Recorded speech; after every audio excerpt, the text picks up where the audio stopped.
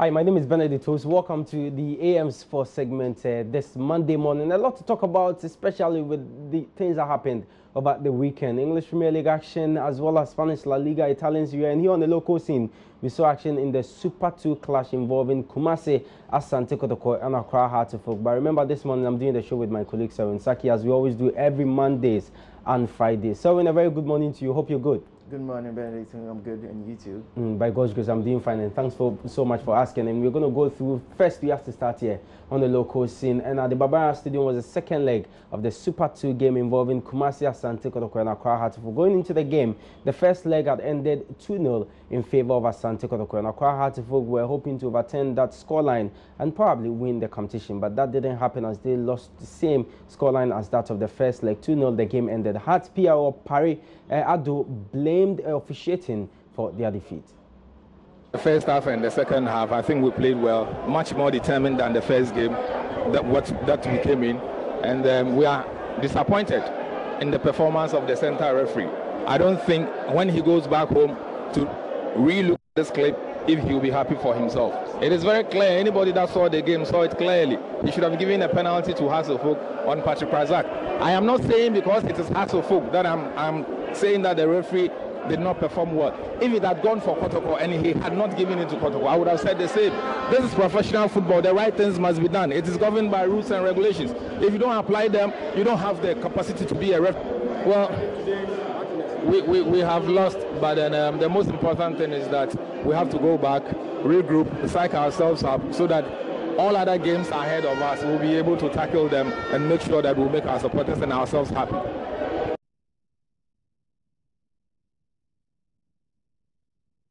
All right, so Opariado, spokesperson of Accra Hearts of Oak, speaking after their 2-0 defeat to Kumasi Asante Kotoko. So in the two-legged ties, Asante Kotoko won by 4-0. First 2-0 in the first leg, which was played last week Sunday, and then just yesterday, they won 2-0 again with goals from Obed Owusu and, well, I've forgotten the other player. I'll get that for you. But now we have to move on and talk about the Black Stars. The backroom staff of the team will leave Accra for Ethiopia today to begin the team's training camp ahead of the Africa Cup of Nations qualify against Kenya. Now, Coach Apia and his 21-man team will stay in Ethiopia to prepare for 5 days before leaving for Nairobi for the game on Saturday. Apia, that's Black Stars coach, has been explaining to us the choice of Addis Ababa for the training camp.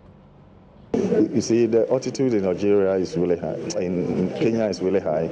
So the plan is to stay in Ethiopia, and then from there we can move into Kenya. Okay. And we know anything about the Kenyans?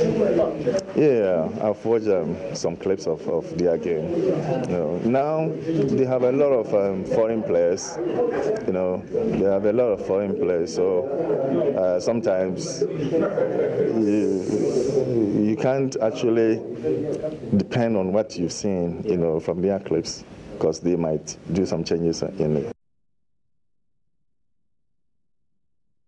All right, so Black Stars coach Kwesi Appiah, the team is expected to leave Accra for Ethiopia this morning. We definitely will get them at the Kotoko International Airport and bring you that interview later here in our subsequent sports bulletins. But away from football, South Africa were crowned champions at this year's edition of the All Africa Challenge Trophy held at the Achimota Golf Club over the weekend. And the South Africans beat off competition from 18 other African teams that participated in the three-day event. The ladies from South Africa expressed delight after winning the 14th edition of the African Championship. The team did so well. I mean, obviously the goal when we came here was to not disappoint our country, to keep on the legacy of winning this, and we did that. So I'm very excited for the team.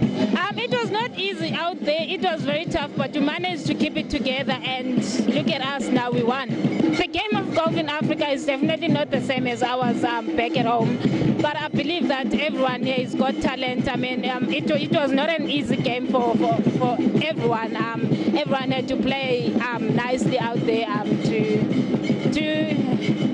yeah, everyone just had to play nicely out there. Yeah.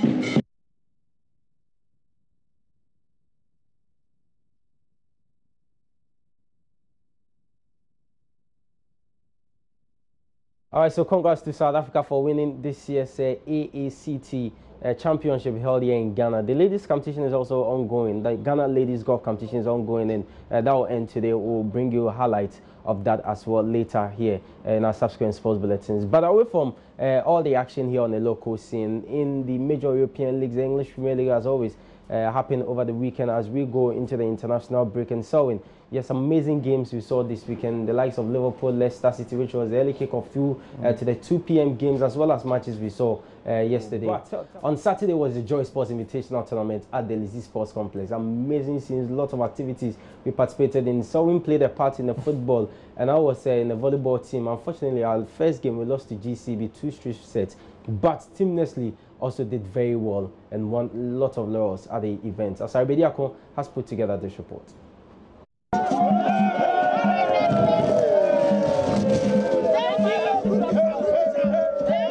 Nestle Ghana have proven they are not only experts in producing healthy and energizing products, they could excel in sports as well. They emerged the overall champions of the 2018 edition of the Joy Sports Invitational, which came off at the Lizzie Sports Complex on Saturday. The food and drink giants clinched a total of 4 awards, enough to dethrone last year's winners, Safoda Ventures. A clean sweep in basketball, men's table tennis and volleyball was capped with the coveted Team Spirit Award, which they have now won more times than any other company in the 11 editions of the tournament.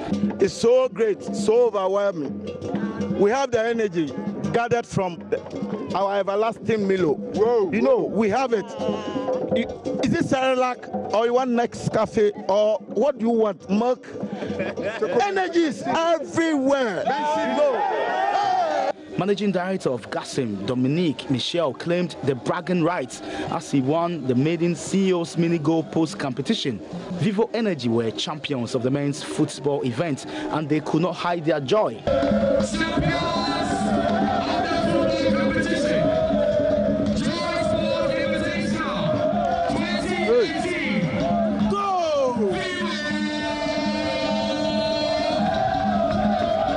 GCB won the women's table tennis event.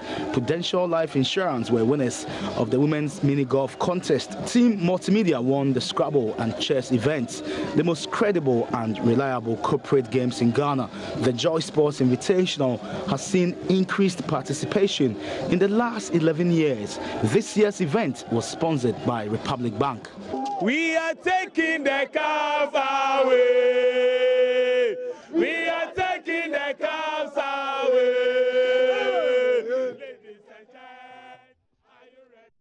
So that was Asari Bediako's report. Well, it was amazing on Saturday. If you missed, surely you wouldn't want to miss next season's edition of the Joy Sports Invitational Tournament. Thanks so much to Selwyn Saki for joining me this morning. We are back tomorrow with more sports. But remember, too, Nathan Lato will be here with sports today. The show continues after this short break. Don't go away.